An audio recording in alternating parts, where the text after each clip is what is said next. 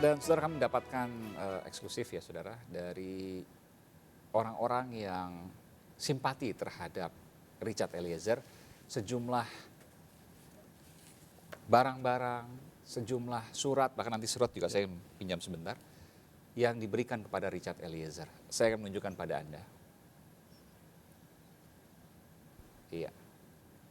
Ini adalah surat-surat yang kemudian muncul yang dikirimkan pada Richard Eliezer melalui LPSK ya Bung Edwin. Iya. Bisa diceritakan mungkin ini ada sepatu, ada kaos ya.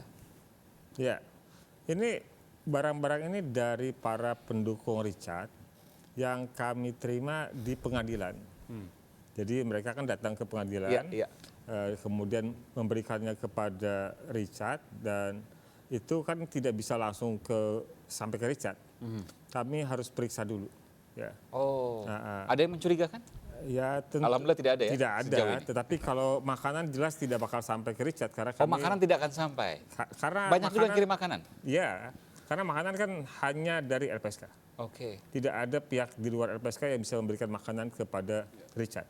Termasuk juga ini, saya baca dulu, boleh? Oh ya, boleh. Ini dari salah satu juga yang dibawa ya. Doa untuk Icat dari keluarga online. We love you Icat. Ya. Torang deng Icat. Ya. Dear Icat, ini adalah sebagian doa-doa yang dikirimkan oleh orang-orang yang sayang sama Icat. Mereka komen di video TikTok yang aku upload, mereka ingin Icat tahu bahwa banyak yang sayang sama Icat. Icat nggak sendirian, ada kami yang berjuang bersama Icat dalam doa.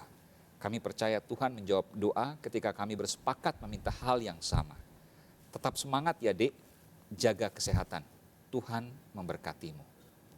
Ini ada dikumpulkan juga beberapa, iya ini dukungan-dukungan ya, lumayan banyak ini saudara. Ya. Dan ini hanya sebagian ya, kalau Ya. kita lihat dikumpulkan di media sosial tentu banyak sekali. Ya. Dan ini kemudian disampaikan oleh sejumlah banyak sekali pendukung Richard Eliezer. Dan ini menunjukkan, saya ingin ke Pak Marwarar. Terlepas dari semua yang terjadi, tentu ini kita menghormati lembaga peradilan, bahwa nanti akan diputus oleh hakim 2 minggu dari hari ini. Tapi yang saya tanyakan bahwa ini adalah fenomena baru dari kejujuran seorang bawahan, seorang rendahan, pangkat paling rendah di kepolisian yang berani melawan jenderal dan mendapat dukungan yang sangat deras dari masyarakat. Apa yang bisa Pak Hakim, ya saya katakan Pak Hakim karena puluhan tahun menjadi hakim dan sekarang sudah pensiun, apa yang bisa Pak Marwarar Siahaan sampaikan soal ini?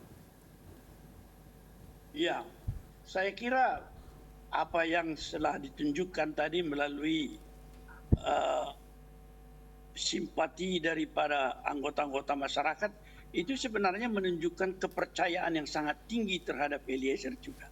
Dan kalau kita lihat dari apa yang terjadi untuk bisa menembus skenario yang disusun oleh Verdi Sambo, sesungguhnya posisi sebagai justice kolaborator itu merupakan suatu kebijakan yang bisa mengungkap suatu kebuntuan ketika menghadapi suatu tindak pidana yang memiliki suatu tingkat kesulitan tertentu karena ketertutupan dan juga karena bisa berhasil diredam oleh orang-orang karena kekuasaan. Dan Eliezer bisa dikategorikan sebagai JC dalam kasus ini dan harus diakui JC-nya?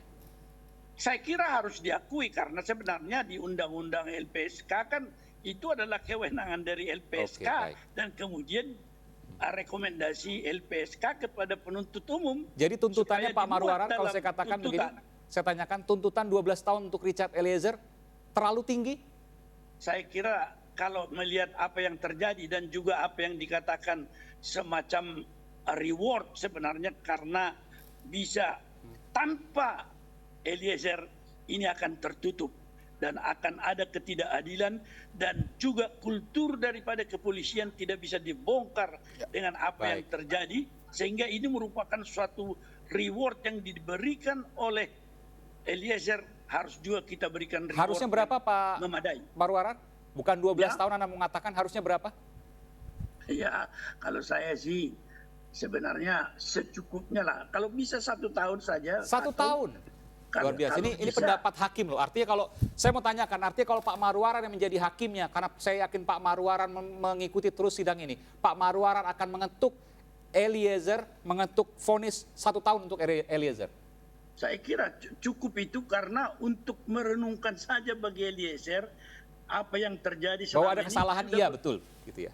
Ya, saya kira sudah memadai itu karena apa yang dia berikan itu adalah sesuatu keberanian yang luar biasa sebenarnya, karena bagaimanapun kalau kita ikuti organized crime di Amerika, kalau ada seperti Eliezer ini teledor perlindungannya itu sudah lewat, bisa terancam, hilang nyawa. Betul, apresiasi untuk LPSK juga yang kemudian ikut melindungi, tentu bersama dengan pihak kepolisian yang juga itu sejak 2011 telah menjadi kebijakan dari Mahkamah Agung. Yang tadi sampaikan Pak Marwar itu bukan hal baru. JC. Jadi 2011 Mahkamah Agung menerbitkan SEMA 4. Yang salah satu hukumannya yaitu percobaan. Jadi sebenarnya Undang-Undang LPSK itu mengadopsi SEMA 4 2011. Bahkan hukumannya bisa percobaan, jadi tidak dipenjara. Iya, sejak untuk 2011. Walaupun dia eksekutor. Iya, Mahkamah Agung sudah merumuskan itu sejak 2011. Walaupun Richard Eliezer eksekutor. Bisa dihukum dengan percobaan bahkan. Jadi percobaan itu tidak perlu dipenjara, hanya ketika melakukan hal yang sama atau pelanggaran baru kemudian masuk ke dalam. Mas Evan, kekeliruannya adalah ketika tuntutan itu masih melihat pada penerapan pasal dan konteks perbuatan. Padahal harusnya bukan itu lagi. Tapi karena dia membantu membongkar kejahatan. Baik.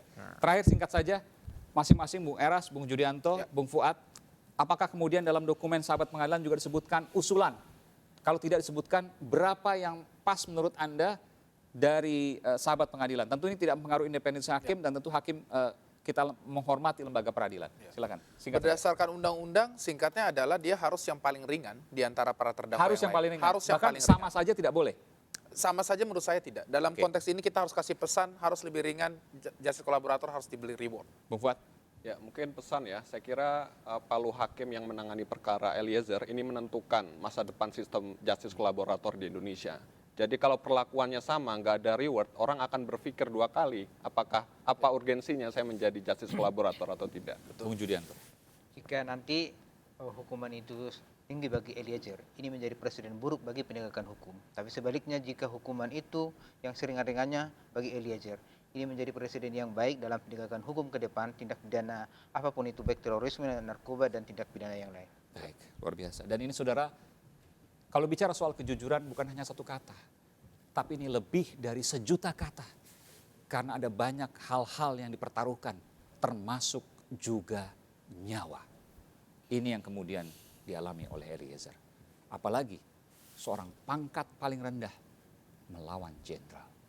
Saya Aiman Wicaksono di The Prime Show bersama narasumber kami pada hari ini. Ada Pak Marwar Siahaan, mantan Hakim Pengadilan Umum, dan Bung Erasmus, ICJR, Bung Judianto dari Pilnet, Bung Fuad dari Elsam, dan Bung Edwin Partogi, Wakil Ketua Lembaga Perlindungan Saksi dan Korban, yang telah memberikan informasi eksklusif. Luar biasa, terima kasih Bung Edwin, Bapak-Bapak semua. Selamat malam, sehat selalu. Saya Aiman Wicaksono undur diri. Terima kasih saudara. Salam sehat selalu. Salam sehat untuk bangsa Indonesia. Salam. Terima kasih.